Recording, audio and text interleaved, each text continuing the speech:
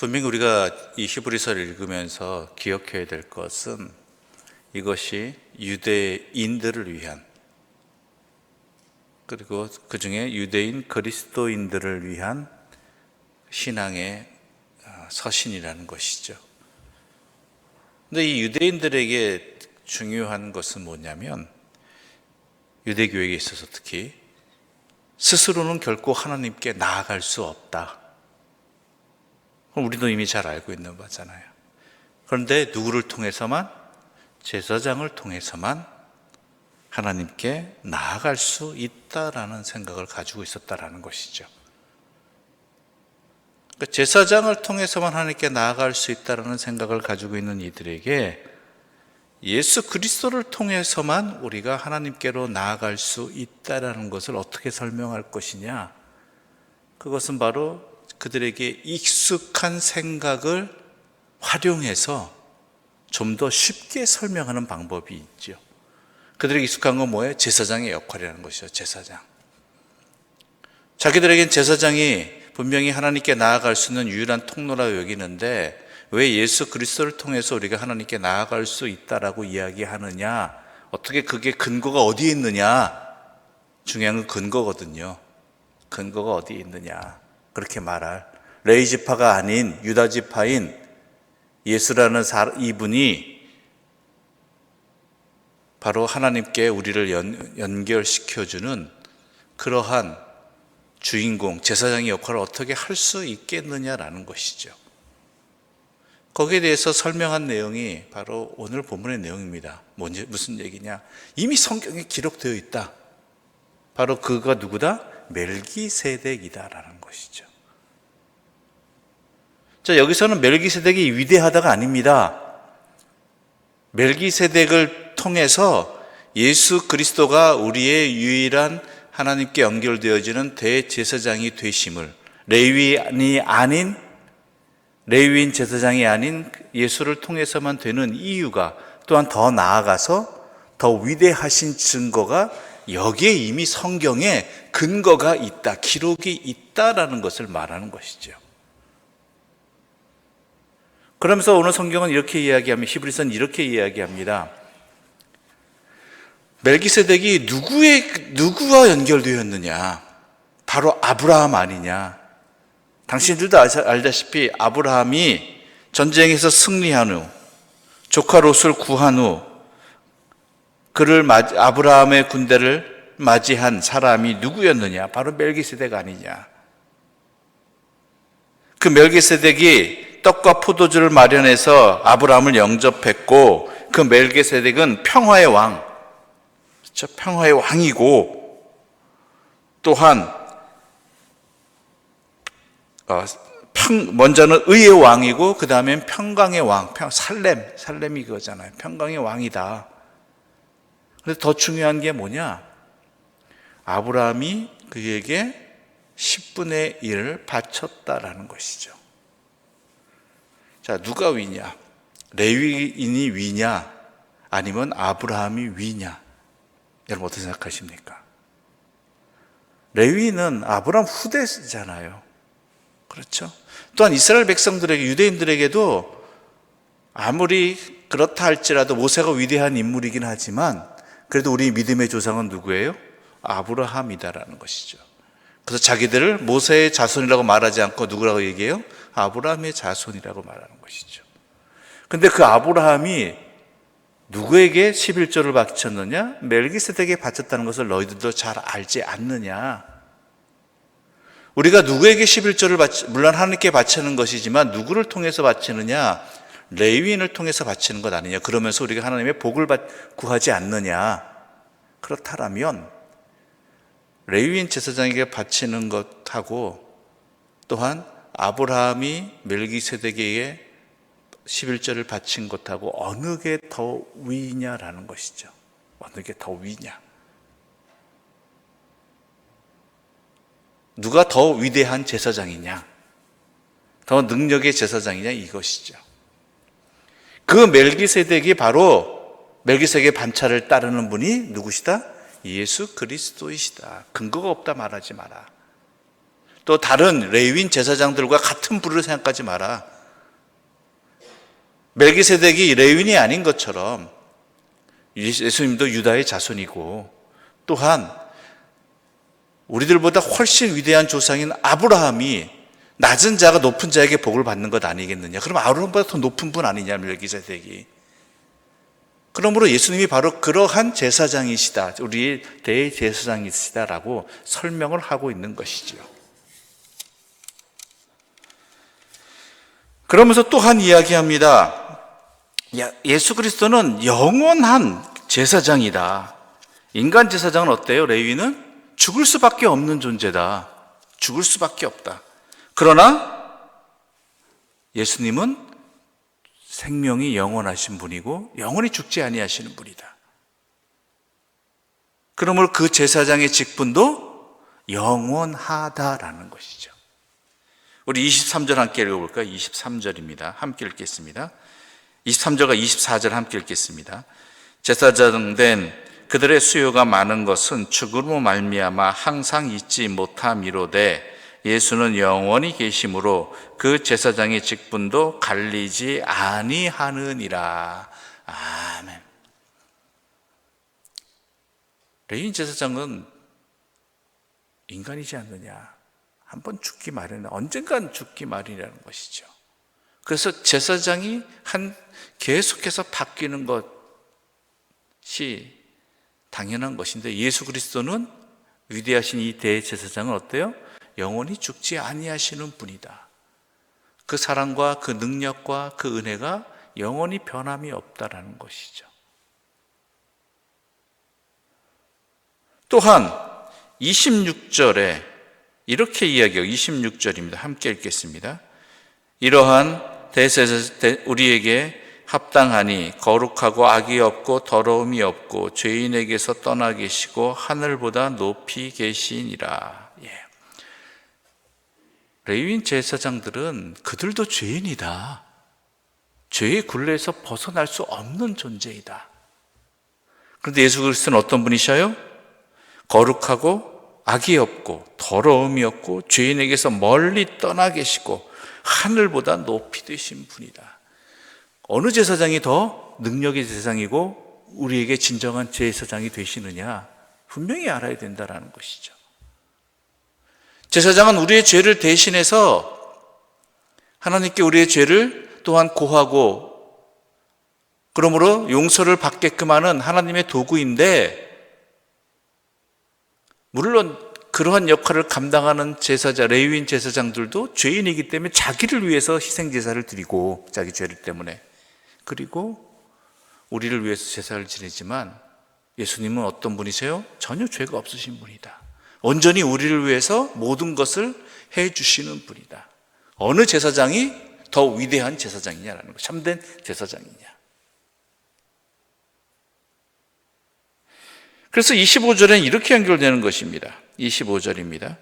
그럼 함께 읽겠습니다. 그러므로 자기를 힘입어 하나님께 나아가는 자들을 온전히 구원하실 수 있으니 이는 그가 항상 살아계셔서 그들을 위하여 간구하심이라.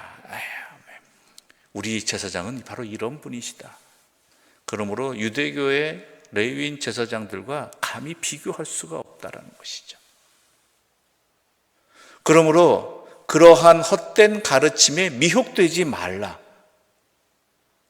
이것이 어디로 연결되냐면요, 율법에 연결이 되는 거예요. 율법에. 초대교회에 어려운 그 중에 하나가 율법주의자들의 가르침 때문에 참 어려움이 많았거든요.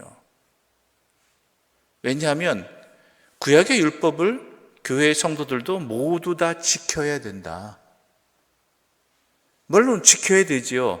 그런데 중요한 것은 율법과 규례들, 즉 유대교에서 내세우는 할례라든지 아니면 그 외 또한 유대교만의 전통, 그러다 보니까 그것이 이방인과 유대인을 나누는 근거가 되어버리고 꺼리가 되어버리고 그로 말미암아 어려움들이 생기더라는 것이죠. 그러니까 유대교의 전통도 지켜야 된다는 개념이에요. 그래서 사도 바울이 이것에 대해서 매우 분개하잖아요. 그리스도인이 되려면 할례를 받아야 된다는 이런 말이 무슨 소용이 있냐. 할례가 무슨 율법의 전통이긴 하지만 그것이 구원과 무슨 상관이 있느냐. 그 외에도 여러 가지 율법의 전통들, 율법에 따라서 이것 율법을 제대로 지키기 위해서 발생했던 여러 가지 규칙과 규례들, 안식일 규례들이 여러 가지 있잖아요. 그런 것들이 구원과 무슨 상관이 있느냐라고 분개했잖아요. 오늘 이 히브리서도 마찬가지입니다. 제사장의 직분을 이야기하면서 율법도 마찬가지다. 레위인 제사장들이 주장하는 율법보다는 우리 예수님께서 선포하시는 참된 율법, 하나님의 말씀이 더 위대하다라는 것이죠. 제사장이 바뀌었으니 율법도 바뀌어야 된다. 이렇게 말하는 것입니다. 더 이상 유대교 율법의 굴레에서 자신을 스스로 얽매이거나 아니면 복음에 가는 길을 망설이거나 아니면 누군가가 복음으로 말미암아 하나님의 자녀가 되는 것을 가로막는 일들이 없어야 된다라는 것이죠. 단순히 제사의 직분만 말하는 것이 아니에요. 율법과 연결되어지는 것이 율법과 연결이. 그래서 22절에 이렇게 말하고 있습니다. 이와 같이 예수는 더 좋은 언약의 보증이 되셨느니라. 더 좋은 언약, 즉 복음의 언약이 증인이 보증이 되신 분이 누구시다? 예수 그리스도시다. 바로 그것을 말하고 있는 것이죠. 우리의 제사장 예수 그리스도는 바로 이런 분이시다. 그리고 그분이 선포하시는 말씀은 제사장들이 주장하는 율법보다 더 위대하시다. 왜요? 예수 그리스도가 더 위대한 제사장이시고 영원한 제사장이시고 또한 인간 제사장과는 비교할 수 없는 능력을 가지신 분이고 그 증거가 무엇을 통해 아브라함이 위대한 믿음의 조상 아브라함이 그 11조를 바친 그리고 그 복을 받은 축복을 받은 그러한 멜기세덱의 반차를 따른 분이 우리 예수 그리스도이기 때문이다 라고 설명을 하고 있는 것이죠. 솔직히 이 본문이 오늘 이 설명들이 오늘 우리들에게는 크게 다가오진 않습니다. 그러나 그 당시 예수 그리스도를 믿는 유대인들에게 이 해석은 이 풀이는요 매우 크게 다가오죠. 그래서 그들이 왜 유대교의 굴레에서 벗어나야 되는지 율법주의 시험에 들지 말아야 되는지 오직 왜 예수 그리스도만 붙드는 것이 유대인, 레위인, 제사장들의 그 제도에서 벗어나야만 하고 왜 예수 그리스도만 섬겨야 되는지에 대한 분명한 이해를 가르쳐주고 또한 선택할 수 있는 그런 근거를 제공해 주기 때문이죠. 오늘 우리들에게도 이것은 또한 중요한 내용을 알려줍니다. 우리를 위해서 예수 그리스도가 허락되었다라는 것입니다. 죄인은 우리를 위해서 하나님께서 예수 그리스도를 통해서 우리로 하여금 하나님께 나아가게 해주시고 또한 죄의 용서도 받게 해주시고 더 나아가서 하나님의 은혜와 복을 받게 해주시는 그러한 통로로서 하나님께서 우리에게 허락해 주신 은혜의 사람이 은혜의 제사장이 바로 예수 그리스도라는 것. 그래서 우리가 예수 그리스도를 통해서 우리의 죄를 고백하는 것이고 예수 그리스도를 통해서 우리가 기도하는 것이고 누구에게? 하나님께. 그로 말미암아 예수 그리스도를 통해서 우리가 구원받고 은혜받고 복받고 하는 일들이 다 이렇게 이루어진다는 것이죠. 그러므로 우리에게 유일한 구원의 길은 우리의 생명의 길은 오직 유일하신 예수 그리스도밖에 없다라는 것. 이것이 중요한 것입니다. 오직 예수. 왜요? 하나님이 그 길밖에 우리에게 마련해 주시지 않으셨어요. 세상에 여러 가지 방법이 있고 여러 가지 주장들이 있죠. 오직 왜 예수만이냐? 너무 비효율적이지 않느냐? 그런데 하나님께서 우리에게 마련해 주신 방법은 그거 하나입니다. 오직 이 한 방법밖에 없습니다. 이 길밖에 없습니다. 그러므로 이 길로 나아가느냐 아니냐는 우리가 선택할 바이라는 것이고 세상의 헛된 주장에 속아서 예수 그리스도 아닌 다른 길을 선택하고자 하는 그런 어리석음에서 우리는 벗어나야 된다는 것이죠. 아무리 세상이 뭐라 한다고 할지라도, 너무 독선적이라고 이야기한다 할지라도 이 방법, 이 길밖에 없는데 어떻게 하겠습니까? 그러므로 이것은 이 길을 지켜야 되는 사람들이고, 이 길을 따라야 되는 사람들이고, 이 길로 말미암아 은혜와 복을 받는, 용서함을 받는 영원한 생명의 길을 나아가는 그러한 복된 자들이 되었음을 분명히 깨닫고 이 믿음을 끝까지 지켜나갈 수 있는, 흔들리지 않는 믿음으로 말미암아 참된 생명의 길을 가는 주의 사람들 되시기를 간절히 소망합니다. 기도드리겠습니다. 하나님 아버지, 감사합니다. 오늘 우리에게 예수 그리스도를 허락하여 주시고, 예수 그리스도를 통하여 우리를 하나님의 자녀로 구원하여 주시고, 예수 그리스도를 통하여서 우리 죄를 용서해 주시고, 또한 우리에게 은혜와 복을 통하여 허락하여 주시니 너무나 감사합니다. 이 길 외에는 다른 길이 없습니다. 하나님이 허락해 주신 유일한 길은 바로 이 생명의 길, 오직 예수 그리스도만입니다. 이로 말미암아 우리가 든든히 서가게 해주시고 흔들리지 말게 해주시고, 그리하여 참된 하나님의 자녀로서의 영생의 삶을 살아가는 주의 자녀들 되게 하여 주시옵소서. 예수님의 이름으로 기도드립니다. 아멘.